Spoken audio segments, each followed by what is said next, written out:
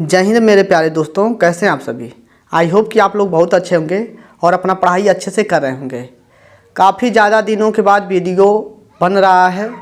तबीयत ख़राब होने की वजह से वीडियो नहीं बन पा रहा था। ठीक है, तबीयत बहुत ज़्यादा ख़राब था, पेट में बहुत ज़्यादा दर्द था, टाइफाइड बुखार हो गया था, मतलब बहुत ढेर सारी समस्या हो गई थी। तो फिलहाल इस समय तो ठीक है। अब वीडियो आपका प्रॉपर अच्छे से बनते रहेगा। तो चलिए आज हम लोग जानेंगे दर्पण। दर्पण किसे कहते हैं, ठीक है। तो दर्पण क्या है और दर्पण किसे कहते हैं, इसका परिभाषा जान लेते हैं कि किसी कांच के एक तल को पालिश करके दूसरा तल परावर्तक तल बनाने की घटना को दर्पण कहते हैं। एक बार और बताते हैं, दर्पण किसे कहते हैं। कांच के एक तल को पालिश करके दूसरे तल को परावर्तक तल बनाने की घटना को दर्पण कहते हैं। आई होप कि आपको अच्छे से समझ में आया होगा।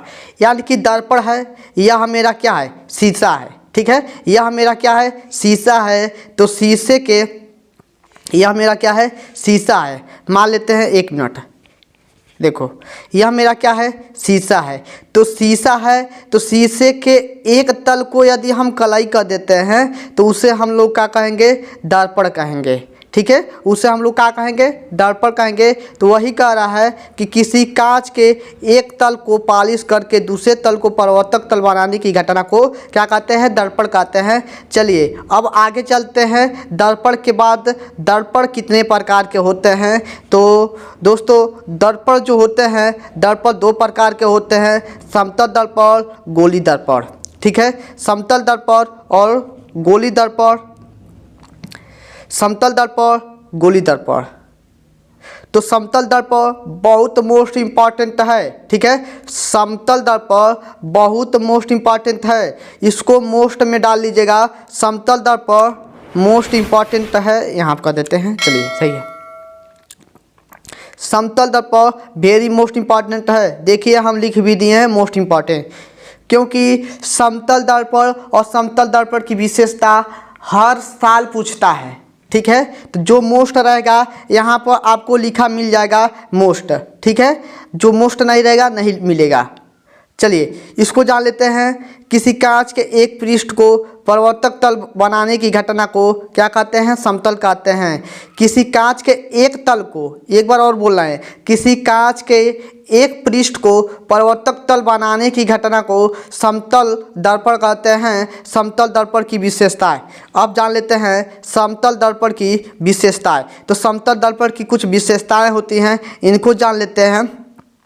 यदि पीडीएफ चाहिए आपको तो एक बार मैसेज कर दीजिएगा और डिस्क्रिप्शन में व्हाट्सएप ग्रुप मिल जाएगा, ठीक है। ग्रुप से ज्वाइन होकर मैसेज कर दीजिएगा कि सर हमें पीडीएफ चाहिए, तो हम पीडीएफ इसका दे देंगे।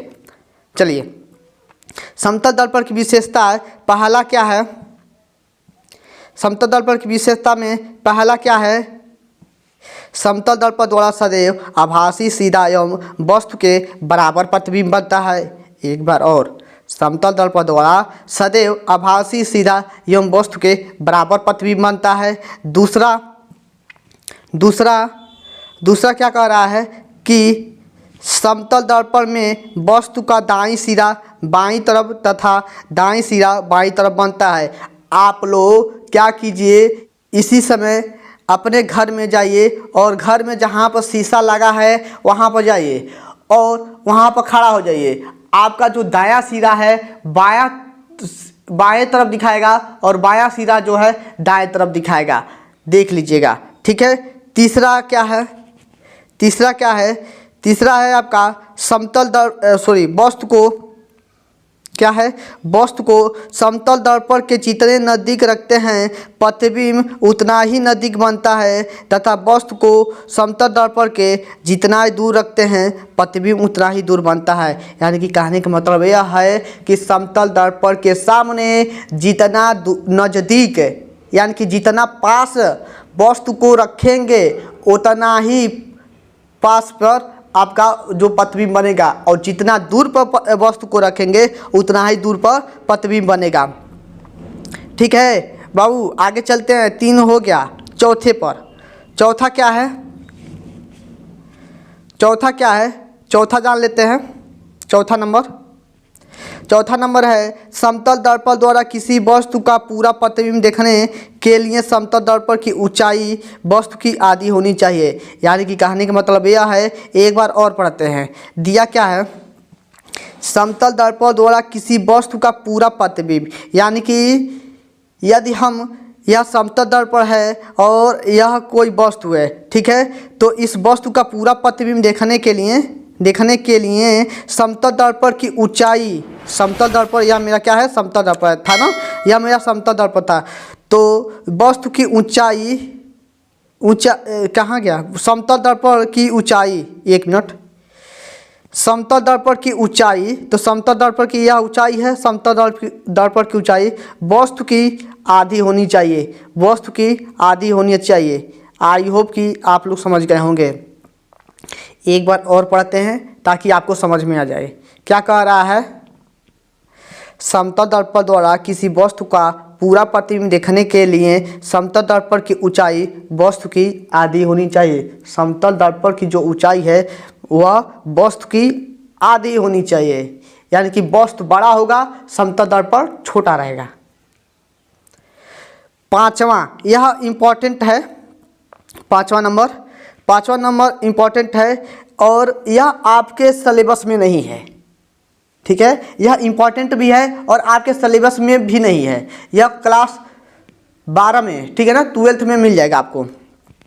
समतल दर्पण की वक्रता, त्रिज्या और फोकस दूरी अनंत हो तो, ठीक है, अनंत होती है तब n बराबर 360/θ-1, ठीक है, 360/θ-1 होते हैं, ठीक है। अब चलते हैं आगे देख लेते हैं आगे क्या है।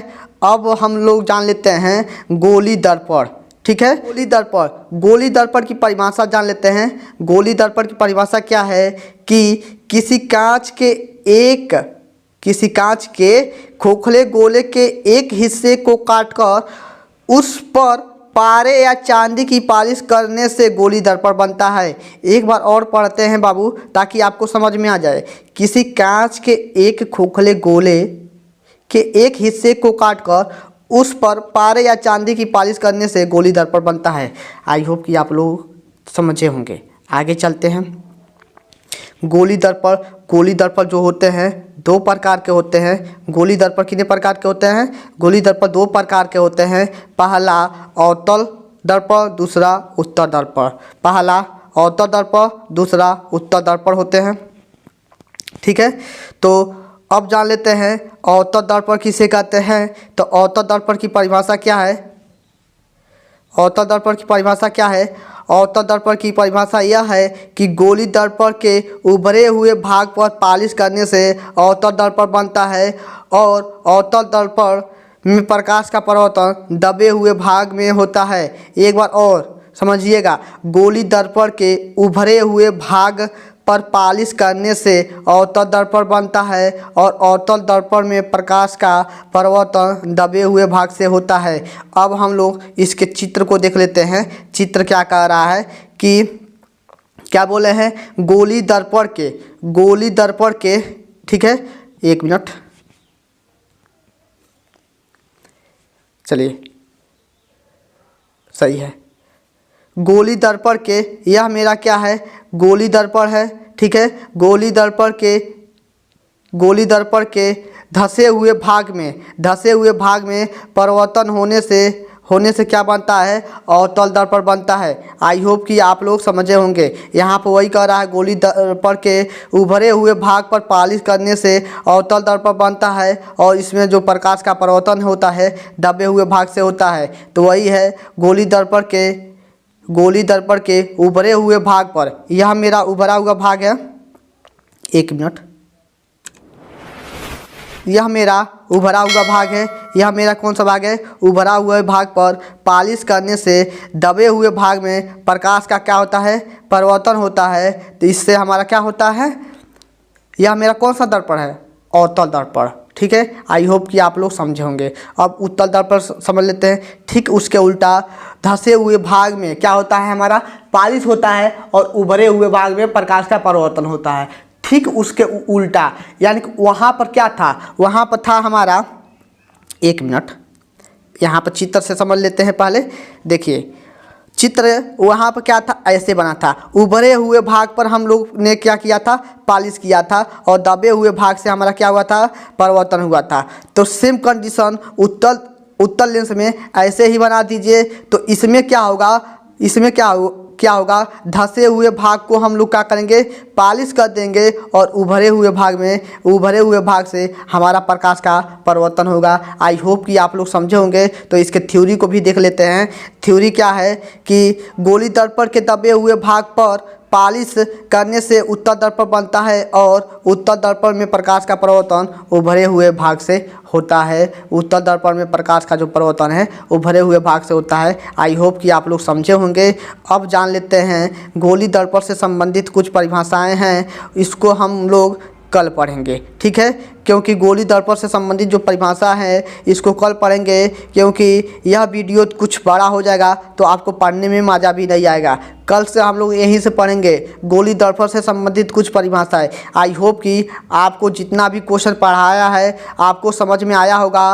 बोलिए तो एक बार रिवीजन कर दें, देख लेते हैं। 15 मिनट हो चुका है, 15-16 मिनट आसपास में लगभग में हो चुका है। तो हम क्या करते हैं, रहने देते हैं। सबसे मोस्ट इम्पॉर्टेंट कल का लेक्चर है गोली दर्पण से संबंधित परिभाषाएं।